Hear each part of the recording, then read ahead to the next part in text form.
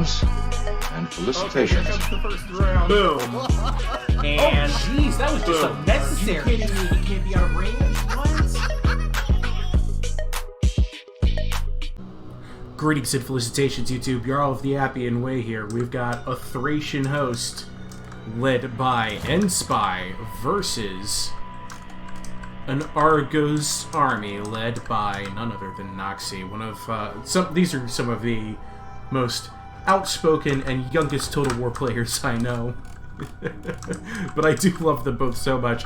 They are crazy memesters, and they've promised me a bit of a cracked out battle if ever there's been one. Let's cover Noxy's army. The balance power is already against Argos. It's that anti-Argos bias, you know.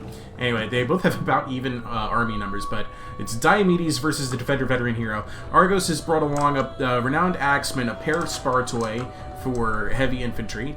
He's got 2 Argive Swordmasters, 1 Argive Raider, and it looks like 6 Night Runners, okay? And this is also one of the wackiest maps, too. As you can see, it's all trees. There's a huge obstruction right in the middle. And then over here, there's even more obstruction.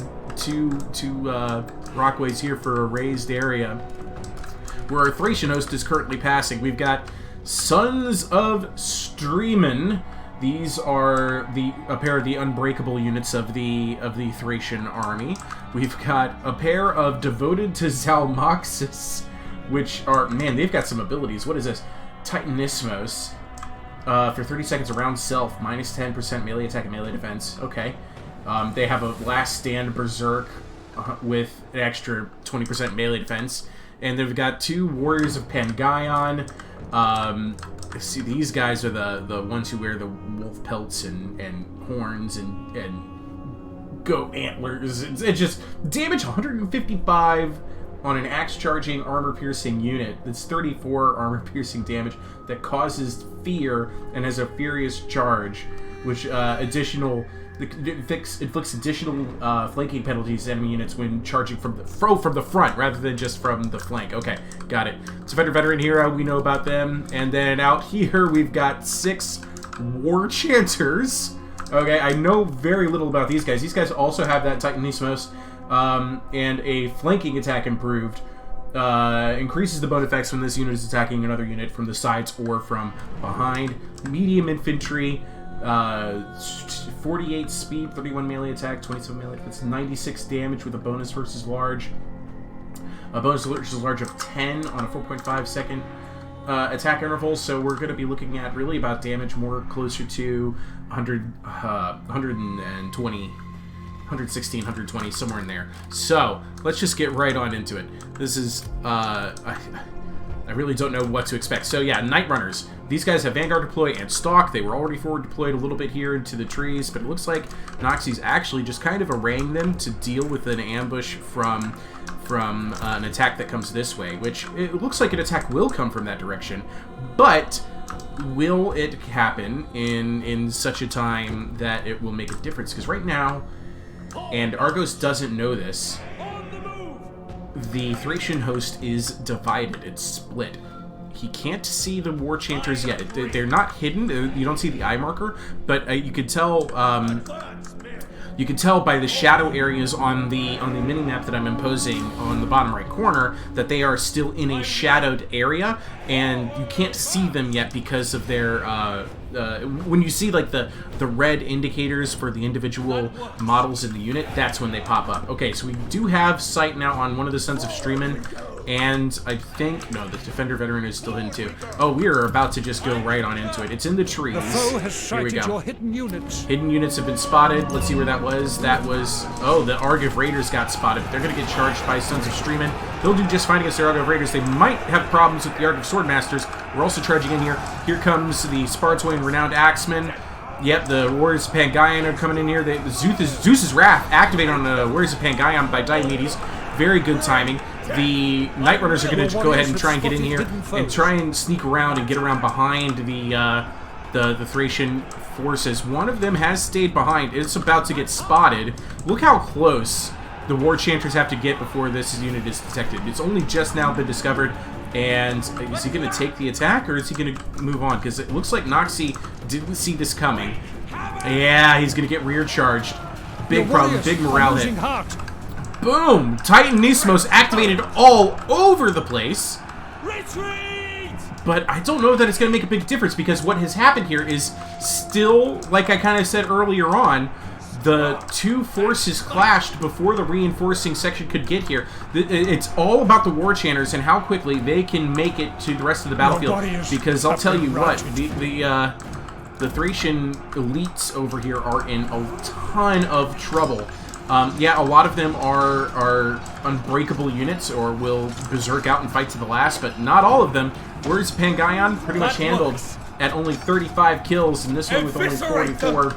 This devoted to Zalmoxis is out of control, berserking, and is at, let's see here, 65 kills. And now Diomedes is going in for the 1v1 against the Defender Veteran here. Defender Veteran that's not the duelist hero, so he can't force Diomedes to not use his abilities, but he can activate Mountain Roar for a morale penalty, armor penalty, and speed penalty.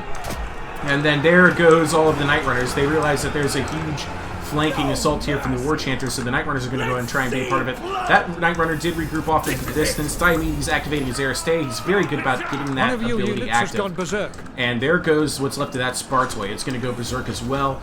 The stuns of Streamin valiantly holding on, losing for it though. 24 kills, 18 kills. Just not good enough when you're facing Argive Raiders, but it's the Argive Swordmasters that are making that difference there. There goes this...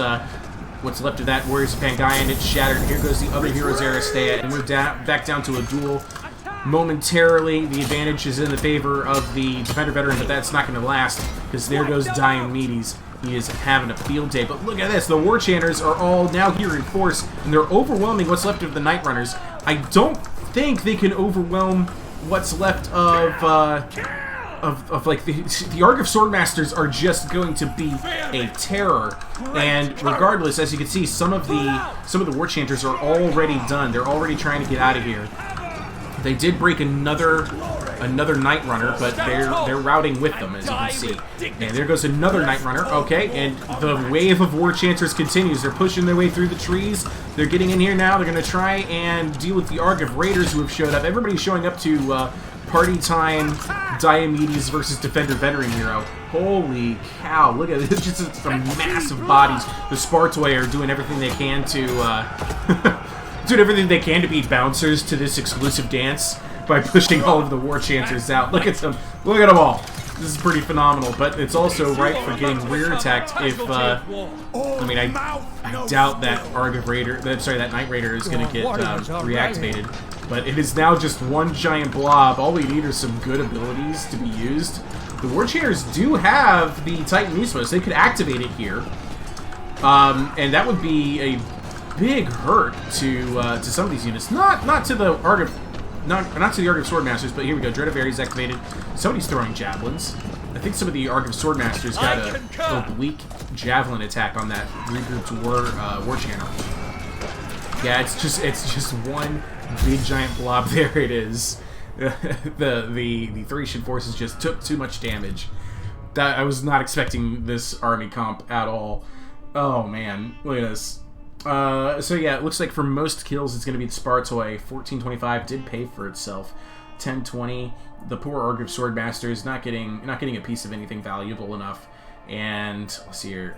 Oh hey, 1163 on this Night Runner. That's very good. And anybody else standout performances? 1295. Now, big showing from the Spartoi. Probably going to be our MVP because there's not very much left for all of the Thracians to do damage-wise. We did get some good performance out of the Warriors of Pangaeon. I don't believe they paid for themselves out. 1070. I'm pretty sure the Warriors of Pangaeon are a much more elite-costed unit, but man, those War Chanters, I really like the use of them. The big problem, though, was deploying them separately and then advancing unsupported. I think if Enspy had backed up once he realized he was too close to the Argos forces to allow his War Chanters the time to catch up, he would have been a lot better off. If he had managed to make that attack simultaneously, that would have been great, especially after Noxie pulled all of his all of his Night Runners back to help him KO the elites of the Thracian army. That's a very fun map. I think what might have worked out better for Thrace, instead of using those war chanters, if he had brought the 3 light chariots. Yes, on that map. The light chariots have Strider. They would have just zipped all the way over to the battlefield. They would have ran over and obliterated the Night Runner that was in their way, and then they would have kept going into the flanks of our guys' forces, in particular, the Night Runners. They would just be absolutely demolished, and those chariots would have paid for themselves quickly. Anyway, that's it for me today. Ta-ta. I love you all. I'll see you guys in the next video.